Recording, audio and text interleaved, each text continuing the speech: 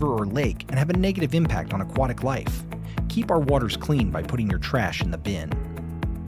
For more information, visit bit.ly/Norman Stormwater.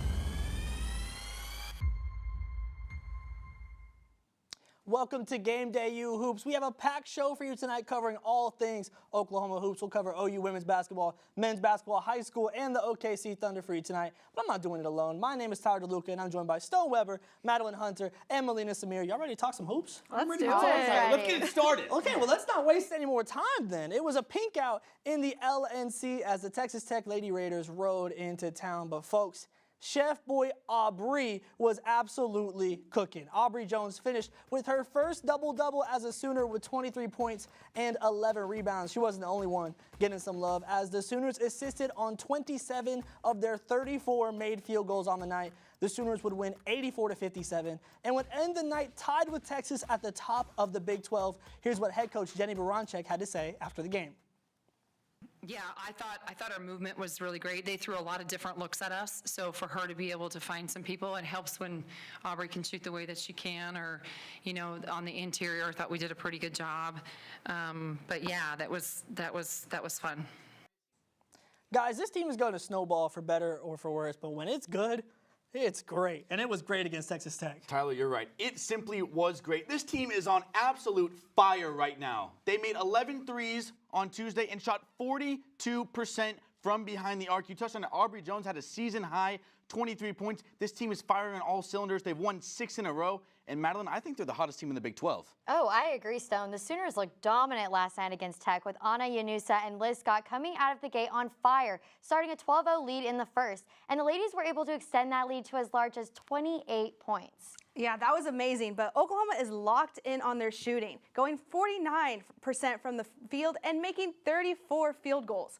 The Sooners are outplaying the Red Raiders, who are 33% in field goals. So they did an amazing job last night. Yeah, and they'll look to keep that up because next up for the Sooners is a matchup in Lawrence against Tiana Jackson and Kansas. Jackson, who's arguably the best center in the conference, won Big 12 Player of the Week last week, but the Sooners held her to just 8 points earlier this season. Here's what Baranczyk had to say about her team's rebounding with the matchup looming. I think she just has a knack for it, and I think we have a couple people that really do. I think Skylar's another one of those that just kind of has a knack for it, and I think, you know, in Anna, I think she moves her.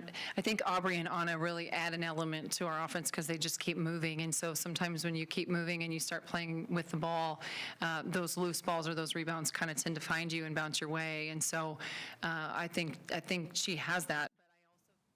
We will have more from Jenny later in the show, but as things stand, the Sooners control their Big 12 championship destiny right now, but they cannot afford to slip up. Stone, what are you looking for in this game? Biggest thing I'm looking for in this game, Tyler, keep shooting the ball well. This team showed once again why they are one of the best teams in the Big 12. They beat a team by almost 30 points, and that's not something that you normally see. The Sooners played complementary basketball. You touched on it. They recorded 27 assists compared to Tech only having 7. And on top of that, like I said earlier, they lit it up from behind the arc, shooting 43%. This team is firing on all cylinders at the perfect time.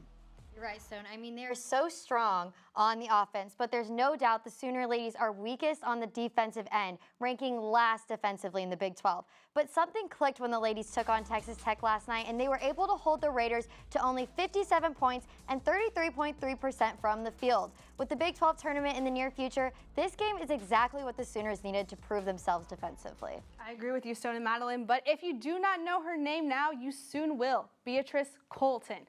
The Overland, Kansas product had a big night against Texas Tech. As a freshman, she put up a career high of 10 assists, 4 points, and 4 rebounds for the Sooners. She is the only freshman center in the country to post a double-digit assist point, and in the last 14 seasons. While these numbers may be small, it made a big difference for OU in the end, and it's just beginning for BC. Yeah, BC, she was great against Texas Tech. 10 assists as a center is insane. She's going to have a tough task on her hands with Tiana Jackson and Kansas, but I think that her and the Sooners will get it done and pick up the win against Kansas. Stone, what are you thinking? I think they're going to pick up the win against Kansas as well. The sharp shooting and this hot style of play, the up-tempo offense is just going to be too much for the Jayhawks in Lawrence. I got OU as well. I think they're going to have no trouble in their final 4 games of the season. I agree. OU has been on a steep incline since the season started, and they're not stopping now. I have the Sooners taking the dub.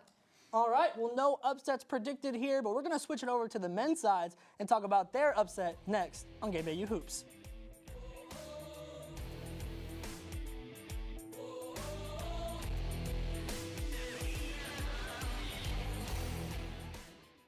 And Midwestern U.S. averages more than 850 tornadoes each year, and lately, the number of floods has been rising in the region too. So chances are, there will be more twisters and floods near here again. And between school, sports, and social lives, chances are, you won't be with your kids when it happens. Will they know what to do? Ready.gov/kids has all the educational tools and information to make the conversation easy. When the time comes, chances are they'll feel prepared, not scared. So talk with your family today. The family's visit to the forest inspired a beautiful question. Mother, mother, am I a tree? You tell me to stand tall. You tell me to stay rooted. I think I am a tree. My child, of course you are. But what kind of tree will you be? The kind to hug or the kind to climb? Doesn't matter what you choose, so long as you choose to be a tree that's kind. Make the forest part of your story at a park near you. Find one at discovertheforest.org. How prepared is your family if a tornado shows up at your doorstep, or a flood, or a hurricane? You can't just turn away a natural disaster. That's why it's important to go to ready.gov/plan now. It has the tools and tips you need to make an emergency plan with your family. So if disaster comes knocking, let's go. You'll be ready to help keep your family safe. It's just a pizza. Yes. Make a plan today.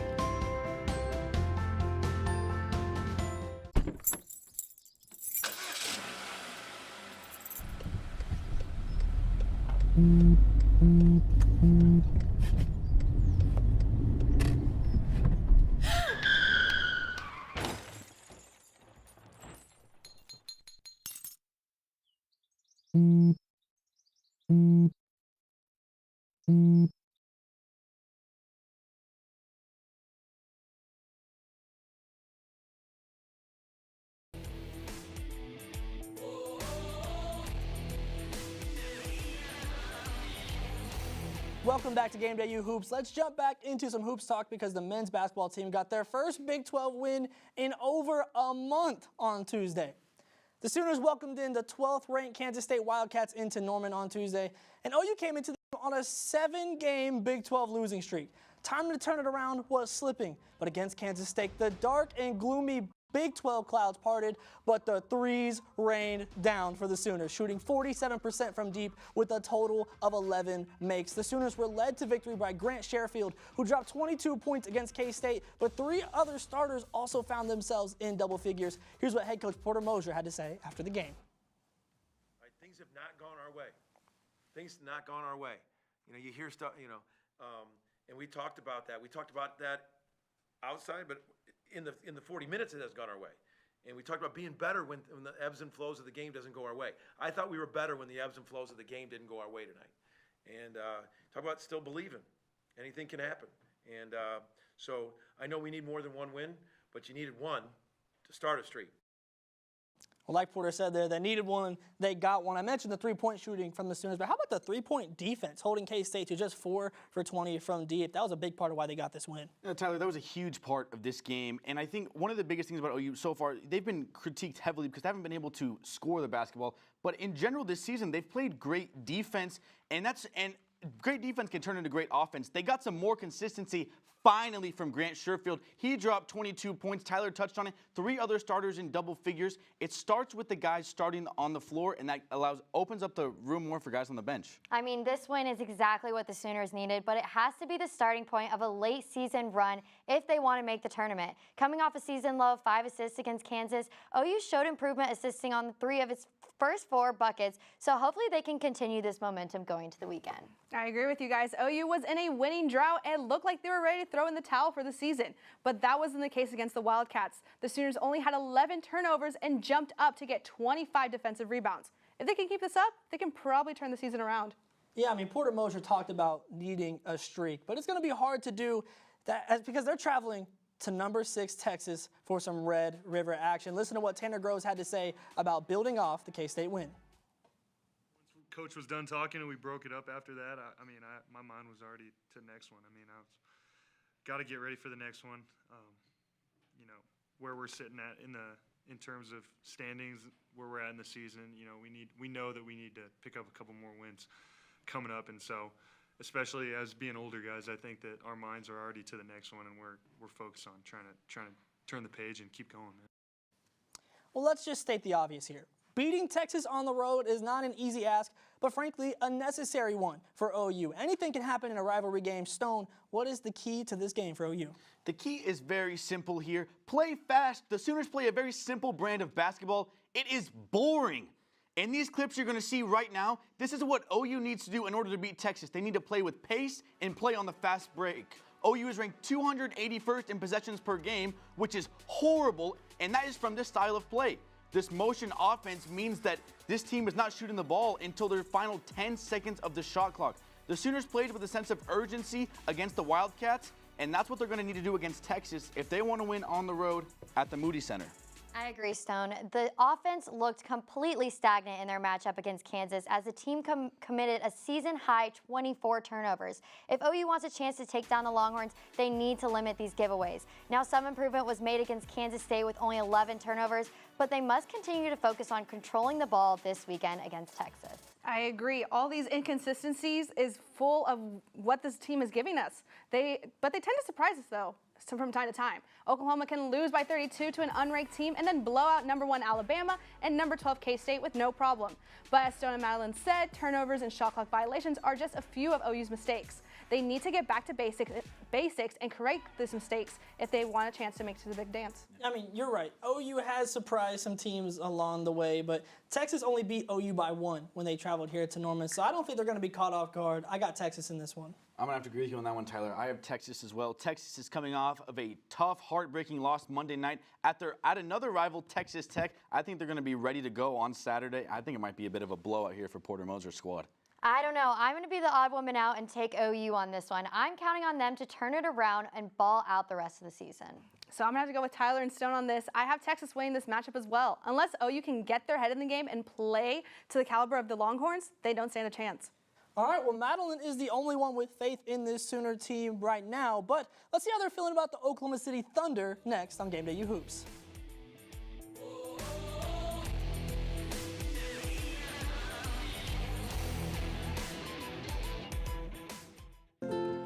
To Sofia and Gabriel. Even though these old knees can't follow on your adventure to the forest today, these flowers represent my love. These stitches and threads join us together.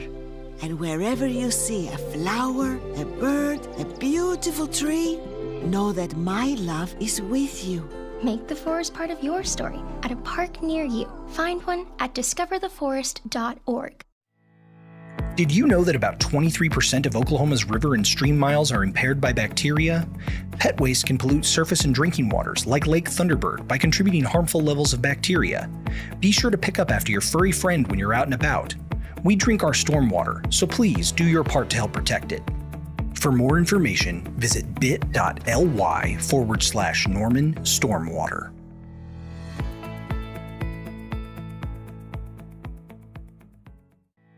Did you know that items like paint, cleaning solutions, pesticides, solvents, and other chemicals are considered household hazardous waste? These chemicals are dangerous to our environment and water quality when they are dumped in our storm drains or gutters. Fortunately, the City of Norman has a dedicated household hazardous waste facility where you can properly dispose of these items. Call 405-366-5463 to make an appointment. For more information, visit bit.ly/Norman Stormwater. Meet the Scan, a simple procedure whose mission is to detect lung cancer early.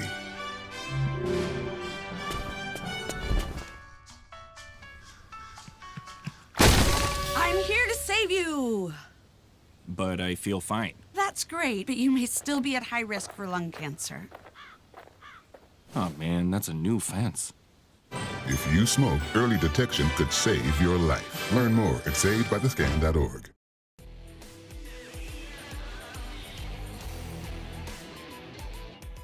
Welcome back to Game Day U Hoops. We have talked about Oklahoma men's and women's, so let's dive into the OKC Thunder. And ladies and gentlemen, the youngest team in the NBA has grown up before our very eyes. We have reached the All-Star break, and the Thunder have 10 more wins than they did this time last year, which is good enough for the last play-in spot at 10th. While the rest of the team gets some rest, Shai Gilgeous-Alexander will be in action during the All-Star game this Sunday. Here is SGA on heading into the break with a win. Yeah, super important. The race, we're aware of the race for the play-in and the playoff spots, and how thin the margin for error is. And every game we can get, we need, and we know that. It was a good thing we got this one. Well, we know where the Thunder stand. Now let's see how they did this week. Stone, take it away. OKC lost a close game Monday night, 103-100 to the Pelicans, and the reason why is very simple. They couldn't stop Brandon Ingram. The former Duke star was slicing through their defense like Swiss cheese. He had 34 points and shot 58% from the field. On the other side, the Thunder were shooting the ball great from downtown. They shot just 27% from three and turned it over 16 times. SGA had a quote-unquote off night. He only had 24. But in games like this, other guys need to step up if the Thunder want to make the playoffs. Now I'm going to look at Wednesday night when the Thunder dubbed their second win against the Houston Rockets 133-96. The We Want Boban chant began in the start of the third quarter as OKC was up 42 points, their largest lead in any game this season. After the last two record-breaking wins for the Thunder, it's hard to believe the Rockets-Thunder series is tied 2-2. Yeah, it's so insane, but I'm going to think about a week later, next Thursday. The Thunder is back in action, taking on the Utah Jazz for the first time this season at 8 p.m.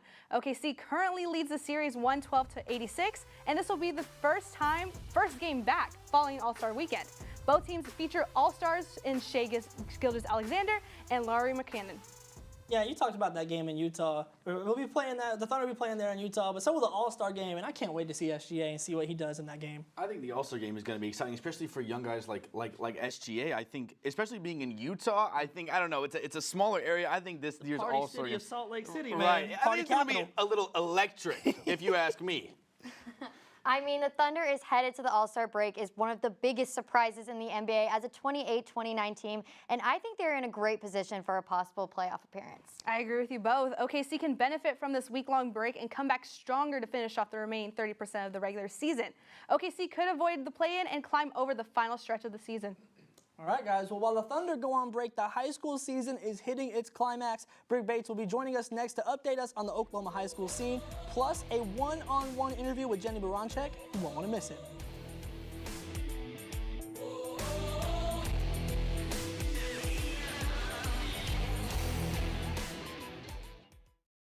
Did you know that trash, like plastic bottles and fast food wrappers, can carry germs and bacteria? When these items are tossed in the street, they eventually find their way to a river or lake and have a negative impact on aquatic life. Keep our waters clean by putting your trash in the bin. For more information, visit bit.ly/Norman Stormwater.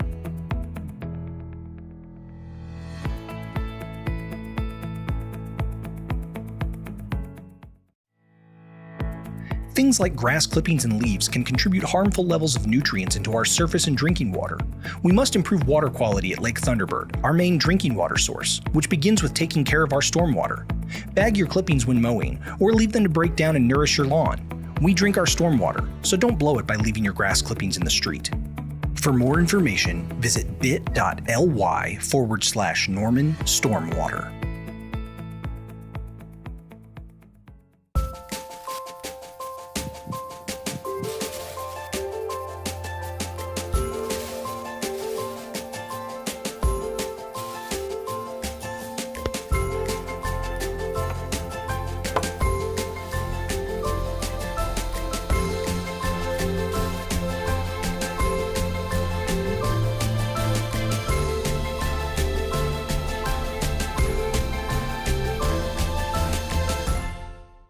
How prepared is your family if a tornado shows up at your doorstep, or a flood, or a hurricane? You can't just turn away a natural disaster. That's why it's important to go to ready.gov/plan now. It has the tools and tips you need to make an emergency plan with your family. So if disaster comes knocking, let's go. You'll be ready to help keep your family safe. It's just a pizza. Yes. Make a plan today.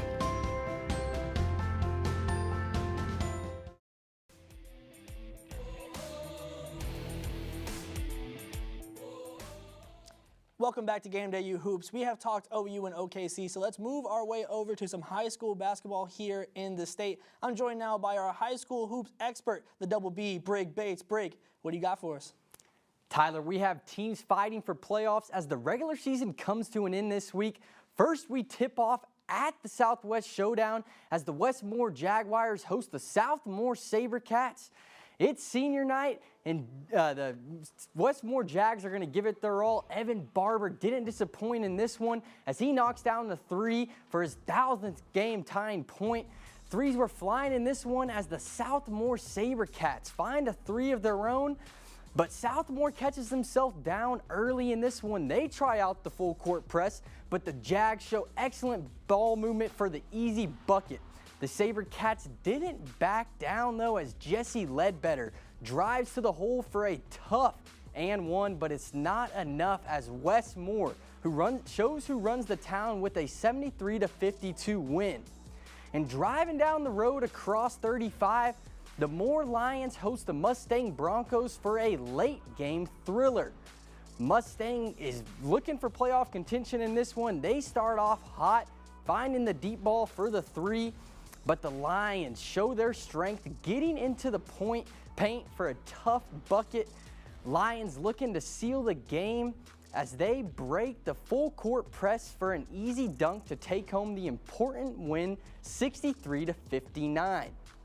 In the regular season, for Oklahoma high school basketball only has one game left. Before we reach the playoffs, I'm super excited to catch games at the Big House and the home of the Sooners, Lloyd Noble Center, for some high school action. For the Oklahoma high school boys basketball game of the week, we've got Putnam City North Panthers at the Choctaw Yellow Jackets. In 6A boys basketball, the Panthers are 21-1, and the Yellow Jackets are only 16-6.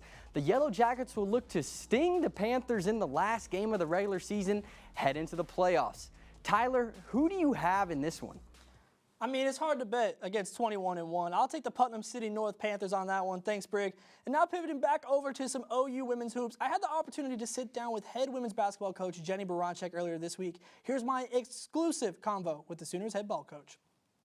Tyler DeLuca here at the OU practice gym, and I'm joined by OU head women's basketball coach Jenny Baranczyk. Jenny, thank you for taking the time with us. Today, this is the first time we've gotten to talk one-on-one so far this season. So just kind of generally, what type of growth have you seen from the team throughout this season? And as the Big 12 tournament nears, what more growth do you have to do? Oh, gosh, I don't even know where to start, to be honest. But I love the way that this team has really come together. I think from a team standpoint, it's been really fun to be able to watch. And there's some data points in that in terms of our assists right now. Our assist numbers in every game have been absolutely incredible. Our scoring production, our point production has really been balanced, so I think that part's been really fun. Defensively, we're really starting to kick it in, so that's something that we want to continue to improve on and continue to focus on, especially as we start to head into this Big 12 tournament time. I don't think there's ever been quit in this team, but there's been times where stuff has snowballed. And this past couple weeks, especially that Baylor game, I think is the prime example of fighting back for the entire game. How is that also kind of a culture thing that you feel like has just kind of grown from this team this season? Well, I think you're right, and we're a snowball effect type of a team. We're very, very connected, which is what makes us so great, and then when things aren't going well, not so great, right? And so that's where I feel like, and in that game that you just referenced, and there's a lot of points that we've had, really I think the last couple years, but when we're really focusing on in the moment right now, in February, I feel like a huge part of what we've been able to do is just focus on effort. We just want to work really hard, and it doesn't mean it always goes your way. But if you don't have that, you don't have a shot. So from our standpoint, I feel like that togetherness, that belief that we have, not just in ourselves, but what we have in the collective unit, when we have that and we can just roll up our sleeves and just work, we're a very, very good basketball team. Thanks again to Jenny Baranczyk for taking the time. And speaking of time, we've got some time of our own to make some picks, so I hope you pick to stay with us, because when we come back, we're going to make some of our own. Don't go anywhere.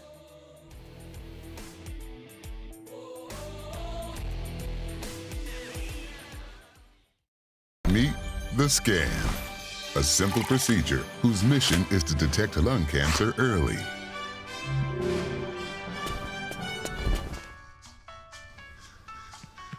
I'm here to save you. But I feel fine. That's great, but you may still be at high risk for lung cancer. Oh man, that's a new fence.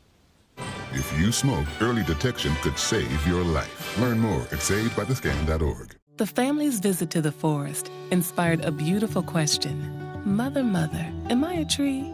You tell me to stand tall. You tell me to stay rooted. I think I am a tree. My child, of course you are. But what kind of tree will you be?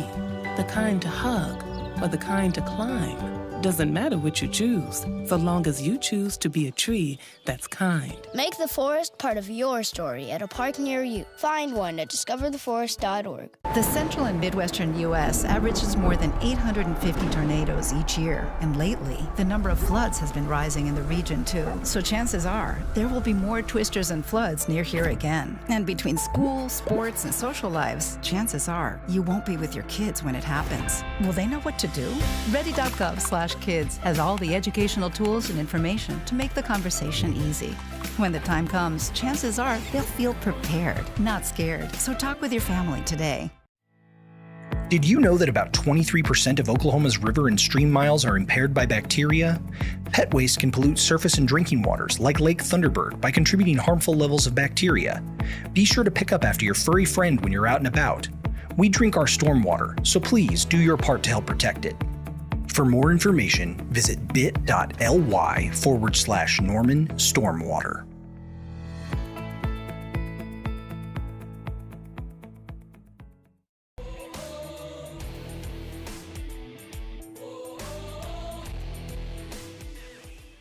Welcome back to Game Day U Hoops. We got a little bit of a lineup change here on the set. I'm now joined by Kaylee Jo Hummel, Jack Horan, and Will Stone Weber's still with us. I'm gonna let him go. Let's not waste any more time and dive right into some of our picks.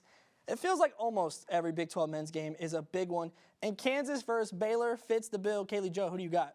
I'm saying rock, chalk, Jayhawk. Right. The entire team has stepped up when they needed it most. When Jalen Wilson scored in the single digits, the rest of the team posted 86. As long as Wilson's on his A game, there's no way Kansas is taking a loss at home.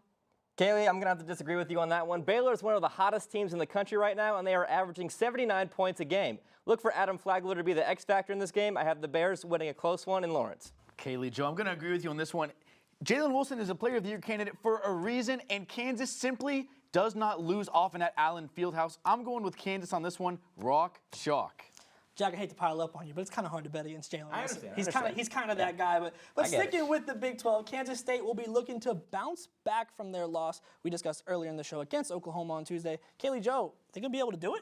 I don't think so, Tyler. I think the Cyclones are going to tear up in the Little Apple. I mean, both teams are struggling with Big 12 play. I think Iowa State is going to bring back its strong defense and prove themselves as they did against Kansas, Texas, and Kansas State. Kaylee, I'm going to have to agree with you on that one. K-State did not look good against OU, and that is saying something. Iowa State plays great defense, only giving up 61 points per game. Did you know that items like paint, cleaning solutions, pesticides, solvents, and other chemicals are considered household hazardous waste?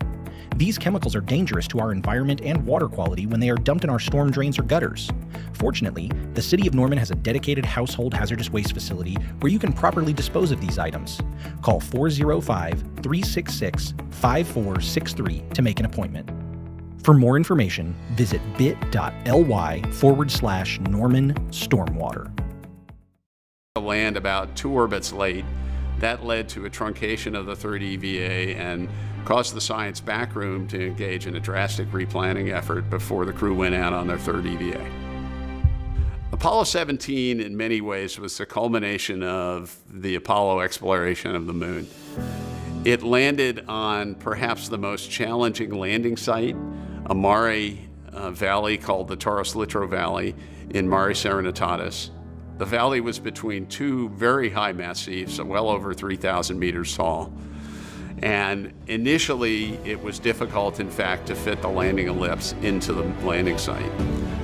The mission was also noteworthy that that the lunar module pilot, Harrison Schmitt, was the first geologist to fly in space, and it made for a different crew dynamic.